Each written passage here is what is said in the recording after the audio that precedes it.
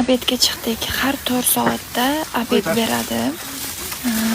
Obedga buterbrod, non borasiga tuxum, bu yerda почти hamma shunaqa burger olib keladi, chunki ovqat o'sha sovib qoladi, yeyish neudobniy.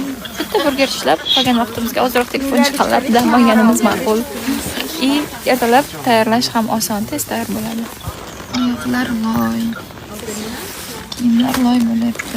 Har doim qilayotgan ishimizni qilyapmiz bu filmni. Perchatga biz уже perchatga ham qo'l tutgan. Qo'limizni sovuq o'tadi. Yaxshiroq perchatga olib kelish kerak ekan. Erim ikkalamiz birga ishlashni so'ragandik. Mayli dedi. Xotining ham sen bilan ishlasa bo'ladi dedi. Bu degani erkaklar orasiga men ham qo'shilsam bo'lar ekan. No, yo'q dedik.